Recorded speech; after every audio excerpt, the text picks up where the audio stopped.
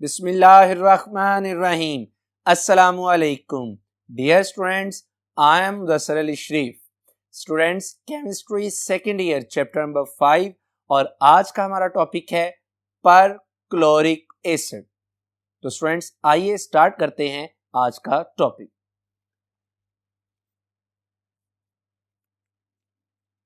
जी students, perchloric acid.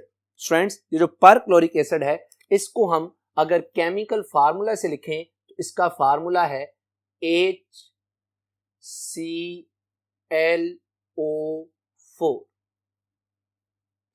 Students याद रखिएगा कि perchloric acid is the oxy acid of chlorine. Students perchloric acid is the most stronger oxy acid of chlorine, यानी ये chlorine के तमाम oxy acids में सबसे स्ट्रॉन्गर ऑक्सी एसिड है। और स्टूडेंट साथ ही साथ मैं आपको एक बात बताता चलूं कि perchloric acid is most stable oxy acids among all the oxy acids of chlorine. Students आइए बात करते हैं कि परक्लोरिक एसिड को प्रिपेयर कैसे किया जाता है, यानी preparation. Students perchloric acid HClO4 is commonly obtain, आप इसे हासिल करते हैं किसमें? In aqueous solution. स्टूडेंट्स जो वर्ड एक्वस है ये एक्वा से है जिसका मतलब है वाटर। मैंने आपसे यहाँ पे ये बात कहने की कोशिश की कि जो परक्लोरिक एसिड है इसे आप कॉमनली हासिल करते हैं कहां से? From aqueous solution. Students aqueous solution से आप इसे कैसे प्रिपेयर करते हैं? होता कुछ इस तरह से है कि आप रिएक्शन करवाते हैं बेरियम परक्लोरेट का विद सल्फ्यूरिक एसिड। स्टूडेंट्स जब आप बेरियम परक्लोरेट का सल्फ्यूरिक एसिड के साथ रिएक्शन करवाते हैं तो इसके नतीजे में हमारे पास बनता है बेरियम सल्फेट और इसके साथ साथ परक्लोरिक एसिड यानी HClO4। स्टूडेंट्स यहां पे ये जो परक्लोरिक एसिड बनता है that is in the form of aqueous solution, यानी ये मौजूद होता है किसमें? Aqueous solution. स्टूडेंट मैं आपको यहां पे एक और बात क्लियर कर दूं कि जो परक्लोरिक एसिड है ये डिफरेंट हाइड्रेट्स बनाता है, यानी परक्लोरिक एसिड अपने साथ वाटर मॉलिक्यूल्स को अटैच करता है, यानी ये एक वाटर मॉलिक्यूल को भी अटैच कर सकता है, ये दो को भी अटैच कर सकता है और ये तीन, यानी डिफरेंट हाइड्रेट्स बनाता है by combining with different number of water molecules. तो बहरहाल ये जो रिएक्शन हमने पढ़ा ये परक्लोरिक एसिड की तैयारी का मेथड था इन एक्वस सॉल्यूशन। नेक्स्ट बढ़ते हैं स्टूडेंट्स, जो प्योर एनहाइड्रियस कंपाउंड। स्टूडेंट्स एनहाइड्रियस से मुराद है विदाउट वाटर, हाइड्रियस होता है विद वाटर, एनहाइड्रियस से मुराद है without water. Pure anhydrous compound can be prepared, आप इसे प्रिपेयर कर सकते हैं बाय डिस्टिलिंग। डिस्टिलिंग स्टूडेंट क्या है? एक सेपरेशन टेक्निक है, यानी जब आप दो या तीन रिएक्टेंट्स का आपस में रिएक्शन करवाते हैं उसके नतीजे में जो प्रोडक्ट्स बनती हैं आप उन्हें डिस्टिलेशन से क्या करते हैं? सेपरेट, जैसा कि यहां पर by distilling a mixture of किस किस का mixture? Potassium perchlorate. Potassium perchlorate student क्या है? KClO4 and concentrated sulphuric acid under reduced pressure. Student अब मैं जो इसकी प्रिपरेशन की बात कर रहा हूं ये एक बात तो है कि ये एनहाइड्रियस फॉर्म है, एनहाइड्रियस का मतलब है विदाउट वाटर। स्टूडेंट दूसरी बात मैंने ये कही कि एनहाइड्रियस फॉर्म में आप इसको प्रिपेयर करते हैं by the reaction of potassium perchlorate KClO4 with concentrated sulphuric acid. और स्टूडेंट इस दौरान प्रेशर क्या होता है? बड़ा लो, यानी होता कुछ इस तरह से है कि जब आप पोटासियम परक्लोरेट को ट्रीट करवाते हैं सल्फ्यूरिक एसिड के साथ और इस दौरान आप इसे हीट करते हैं, जो टेम्परेचर आप इसे स्टूडेंट प्रोवाइड करते हैं that is 90 to 160 degree C, यानी 90 से 160 डिग्री से आप इसे टेम्परेचर प्रोवाइड करते हैं। और साथ ही साथ जो प्रेशर रिड्यूस करना है स्टूडेंट, रिड्यूस करके कितना करना है? That is 10 to 12 millimetre pressure, यानी यहां तक आप प्रेशर क्या करते हैं? रिड्यूस। तो स्टूडेंट इन दोनों के रिएक्शन से जो प्रोडक्ट बनती है स्टूडेंट, वो प्रोडक्ट में क्या है? एक हमारे पास बनता है पोटासियम बाइसल्फेट KHSO4 और स्टूडेंट साथ में बनता है पर क्लोरिक एसिड HClO4। स्टूडेंट्स मैंने आपसे भी कहा कि यहां पे जो आपने सल्फ्यूरिक एसिड लेना है वो सल्फ्यूरिक एसिड कंसंट्रेटेड होता है। और स्टूडेंट याद रख लीजिएगा कि यहां पे आपने ये जो सल्फ्यूरिक एसिड यूज किया, इस सल्फ्यूरिक एसिड की जो कंसंट्रेशन होती है दैट इज फ्रॉम 96 टू 97.5%, यानी इस कदर ये क्या है, कंसंट्रेटेड एसिड होता है for the preparation of perchloric acid. तो स्टूडेंट ये था इसकी प्रिपरेशन का मेथड। बात करते हैं परक्लोरिक एसिड की प्रॉपर्टीज की। तो स्टूडेंट याद रखिएगा कि परक्लोरिक एसिड जो पहली प्रॉपर्टी है इज अ कलरलेस। जैसा कि आप देख सकते हैं कि जो परक्लोरिक एसिड है ये कलरलेस है, हाइग्रोस्कोपिक लिक्विड। फिजिकल स्टेट इसकी क्या है, लिक्विड। स्टूडेंट यहां पे एक टर्म यूज हो गई हाइग्रोस्कोपिक। स्टूडेंट्स मैं आपको ना यहाँ पे दो बुनियादी तौर पे टर्म्स बताना चाहता हूं। एक है हाइग्रोस्कोपिक और दूसरा डीलिक्विसेंट। स्टूडेंट्स हाइग्रोस्कोपिक सब्सटेंसेस ऐसी सब्सटेंसेस हैं जो कि मॉइस्चर को क्या करती हैं, एब्जॉर्ब, पर अपनी फिजिकल स्टेट चेंज नहीं करती। इसके पैरेलल एक और टर्म है डीलिक्विसेंट। डीलिक्विसेंट सब्सटेंसेस ऐसी हैं जो कि मॉइस्चर को एब्जॉर्ब करती हैं और साथ ही साथ अपनी फिजिकल स्टेट भी क्या कर लेती हैं, चेंज। तो स्टूडेंट्स ये जो परक्लोरिक एसिड है ये हाइग्रोस्कोपिक है, मतलब ये जस्ट मॉइस्चर को एटमॉस्फेयर से या किसी और सोर्स से जस्ट ये मॉइस्चर को तो एब्जॉर्ब करता है लेकिन अपनी फिजिकल स्टेट चेंज नहीं करता। लेकिन मैंने आपसे भी बात की कि अगर डीलिक्विसेंट सब्सटेंस है तो वो ना सिर्फ मॉइस्चर को एब्जॉर्ब करती है बल्कि अपनी फिजिकल स्टेट भी क्या कर लेती है, चेंज कर लेती है। स्टूडेंट्स सेकंड जो इसकी प्रॉपर्टी है कि एट नॉर्मल प्रेशर यानी 1 atm नॉर्मल कंडीशंस पर, एट नॉर्मल प्रेशर पर स्टूडेंट याद रखिएगा कि इसका फ्रीजिंग पॉइंट किसका वाला, perchloric acid, freezing point of perchloric acid student याद रखिएगा ये होता है 112 डिग्री सी। और साथ ही साथ स्टूडेंट अगर मैं इसके बॉइलिंग पॉइंट की बात करूं तो ये क्या करता है, बॉयल करता है विद डीकंपोजिशन, यानी जैसे ही आप इसको बॉयल करते हैं तो साथ ही ये क्या हो जाता है, डीकंपोज। विद डीकंपोजिशन कहां पर स्टूडेंट, एट 90 डिग्री सी। यानी 90 डिग्री सी पे ना सिर्फ ये बॉयल होता है बल्कि बॉयल होने के साथ साथ ये क्या हो जाता है, डीकंपोज हो जाता है परक्लोरिक एसिड। स्टूडेंट्स बात करते हैं इसकी थर्ड प्रॉपर्टी। स्टूडेंट्स जो थर्ड प्रॉपर्टी है इसकी, वो थर्ड प्रॉपर्टी क्या है कि perchloric acid HClO4 is the strongest, जैसे मैंने अभी आपसे बात की, strongest of all the acids in an aqueous solution. यानी स्टूडेंट मैंने यहां पे ये बात कही कि जो परक्लोरिक एसिड है that is stronger acid in aqueous solution among all the acids. Student चाहे वो सल्फ्यूरिक एसिड है, चाहे वो हाइड्रोक्लोरिक एसिड है, चाहे वो नाइट्रिक एसिड है, जितने भी स्ट्रॉन्ग एसिड हैं उन तमाम में सबसे स्ट्रॉन्गेस्ट जो एसिड है दैट इज परक्लोरिक एसिड। जैसा कि स्टूडेंट आप इसकी एसिड डिसोसिएशन कांस्टेंट की वैल्यू से अंदाजा कर सकते हैं। आपको पता है कि हम एसिड की स्ट्रेंथ को मापने के लिए दो पैरामीटर्स यूज करते हैं, या तो Ka acid dissociation constant use करते हैं या pKa। स्टूडेंट्स मैं अगर यहां पे बात करूं आपके साथ pKa की, pKa क्या है, pKa का और एसिड की स्ट्रेंथ का आपस में इनवर्स रिलेशन है। यानी किसी एसिड के लिए जितनी pKa वैल्यू कम होगी हम कहेंगे कि वो एसिड उतना स्ट्रॉन्ग होगा। स्टूडेंट्स अगर आप देखें तो मैंने एक तरफ perchloric acid, sulphuric acid, hydrochloric acid और नाइट्रिक एसिड लिख दिया, और दूसरी तरफ स्टूडेंट आप देख सकते हैं कि मैंने इन सब की pKa वैल्यू आपके सामने रख दी।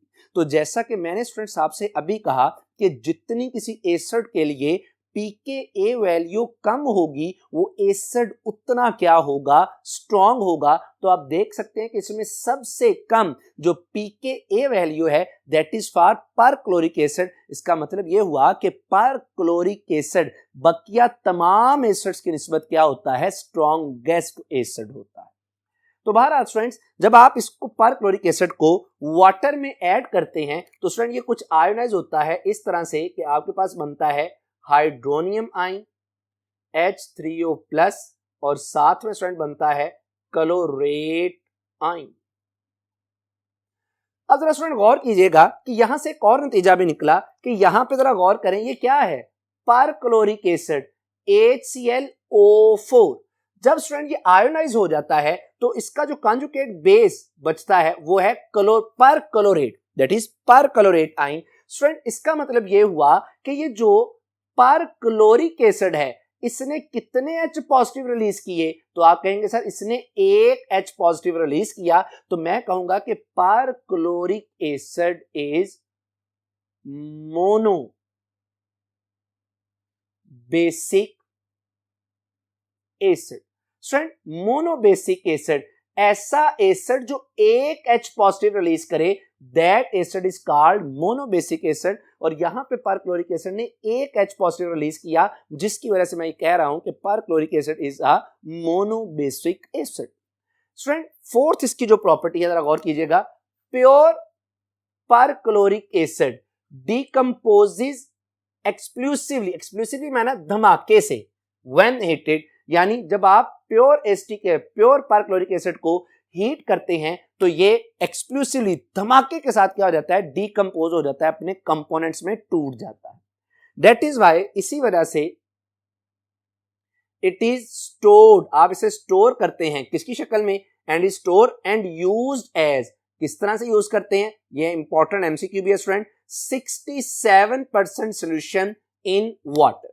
स्टूडेंट मैंने इन लाइंस में ये बात कहने की कोशिश की है कि जो perchloric acid that is very strong acid, आप इसको हीट करते हैं तो ये फौरन डिकम्पोज हो जाता है। यही वजह है कि हम परक्लोरिक एसिड को 100% प्योर फॉर्म में प्रिपेयर करके स्टोर नहीं करते, बल्कि हम इसका एक्वा सॉल्यूशन बना लेते हैं। और उस एक्वा सॉल्यूशन की कंसंट्रेशन क्या होती है स्टूडेंट, याद रखिएगा उसकी कंसंट्रेशन होती है 67%। स्टूडेंट फिफ्थ इसकी जो प्रॉपर्टी है कि perchloric acid reacts with organic substance like ethyl alcohol वगैरह, reacts with organic substances violently. Student violently से क्या मुराद है, शदीद तेजी के साथ ये क्या कर जाता है, रिएक्शन। जैसा कि मैंने आपको मिसाल दी, जैसे परक्लोरिक एसिड रिएक्ट करे किसके साथ, अल्कोहल के साथ, तो ये रिएक्शन बड़ा ही क्या हो जाता है, विगोरस। या दूसरी ऑर्गेनिक सब्सटेंसेस के साथ इसका रिएक्शन बड़ा ही वायलेंट, फास्ट होता है।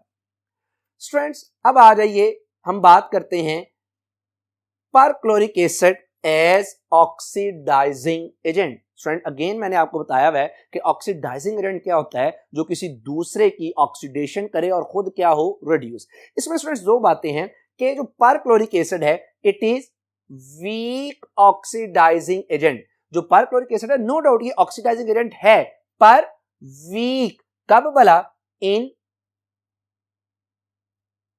Cold and dilute state. तो मैंने ये कहा कि है तो सही ऑक्सीडाइजिंग एजेंट, लेकिन अगर आपने इसका टेम्परेचर लो रखा है, कोल्ड स्टेट में है, या आपने इसका क्या किया, dilute सॉल्यूशन बनाया हुआ है, तो it will be a weak oxidising agent. लेकिन स्टूडेंट आप इसकी क्या कर सकते हैं, ऑक्सीडाइजिंग पावर को इंक्रीज कर सकते हैं, यानी आप इसको एक स्ट्रॉन्गर ऑक्सीडाइजिंग एजेंट बना सकते हैं। पर कब, जब आप इसको क्या करते हैं, हॉट हीट करते हैं, हॉट स्टेट में लेते हैं और इसका क्या करते हैं, कंसंट्रेटेड सॉल्यूशन बनाते हैं। यानी कंसंट्रेटेड स्टेट में ये हॉट एंड कंसंट्रेटेड स्टेट में ये स्ट्रॉन्गर ऑक्सीडाइजिंग एजेंट बन जाता है, यानी इसकी ऑक्सीडाइजिंग पावर क्या कर जाती है, इंक्रीज कर जाती है।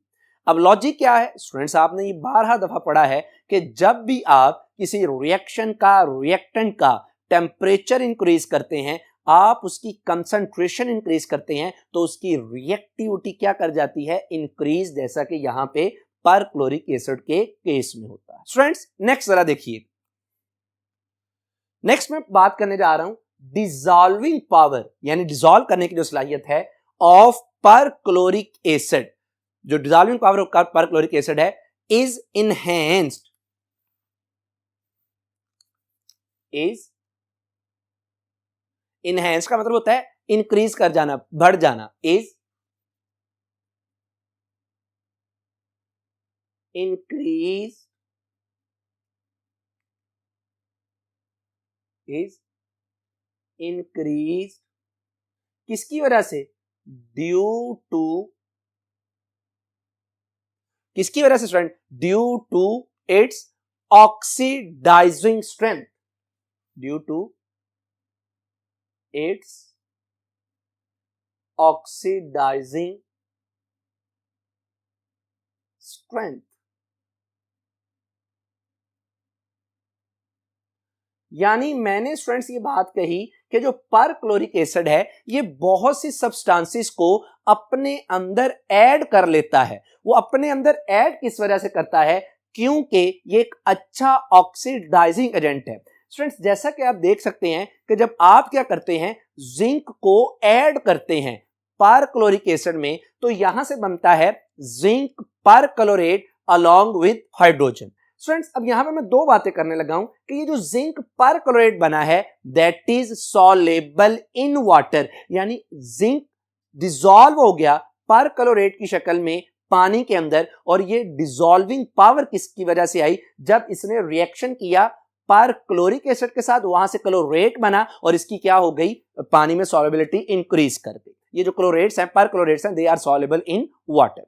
इस दौरान हुआ क्या, अगर आप गौर करें तो रिएक्टेंट में जिंक की ऑक्सीडेशन स्टेट है 0, लेकिन प्रोडक्ट में जो जिंक परक्लोरेट बना है यहां पे इसकी ऑक्सीडेशन स्टेट क्या है, +2। मतलब ये हुआ कि यहां पे जिंक की क्या हो गई, ऑक्सीडेशन, क्योंकि परक्लोरिक एसिड एक बड़ा ही अच्छा ऑक्सीडाइजिंग एजेंट है। ये सब्सटेंसेस को ऑक्सीडाइज करके उनको अपने अंदर क्या कर लेता है, डिसॉल्व कर लेता है, यानी उनकी डिसॉल्विंग पावर इंक्रीज करता है। क्यों, क्योंकि ये उन्हें क्या कर देता है, ऑक्सीडाइज, क्योंकि परक्लोरिक एसिड एक अच्छा ऑक्सीडाइजिंग एजेंट।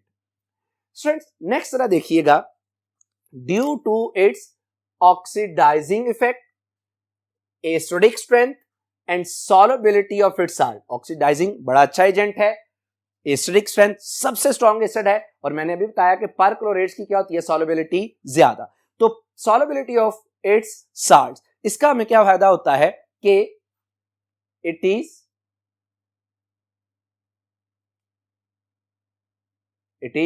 valuable। ये जो परक्लोरिक एसिड है ये क्या है स्टूडेंट हमारे पास, valuable analytical reason. Analytical reason से मुराद है कि ये एनालिटिकल केमिस्ट्री में एक्सपेरिमेंट्स में एक बड़े ही इंपॉर्टेंट रीजन के तौर पर क्या होता है, इस्तेमाल। जैसा कि स्टूडेंट ये जो मैंने कहा ना एनालिटिकल रीजन के तौर पर है, जैसे जो परक्लोरिक एसिड है it is used for the estimation of potassium. ये पोटासियम की एस्टिमेशन के लिए क्या होता है, इस्तेमाल होता है। और ये जो सेपरेशन है, जो अमाउंट मालूम करना है, ये under the heading of analytical chemistry आता है। हम मिक्सचर में कंपोनेंट्स को सेपरेट करते हैं, या हम डिफरेंट क्वांटिटी सब्सटेंसेस की अमाउंट्स मालूम करते हैं। तो जो पोटासियम की एस्टिमेशन है उसमें भी ये परक्लोरिक एसिड क्या होता है, इस्तेमाल होता है। साथ ही साथ मैं आपको एक और बात बता दूं कि perchloric acid is also used to separate the sodium and potassium. ये सोडियम और पोटासियम को सेपरेट करने के लिए भी क्या होता है, इस्तेमाल होता है। तो स्टूडेंट्स आज हमने डिटेल के साथ डिस्कस किया परक्लोरिक एसिड को, जो कि बड़ा एक सिंपल सा छोटा सा टॉपिक था। उम्मीद है कि आपको आज की बातें अच्छे से क्लियर हुई होंगी। मेरी अल्लाह सुब्हानहू तआला से दुआ है कि आप पे अपना रहम करम फजल फरमाए। अपना बहुत ख्याल रखिएगा। आपसे मुलाकात होगी अगले लेक्चर में। अस्सलामु अलैकुम।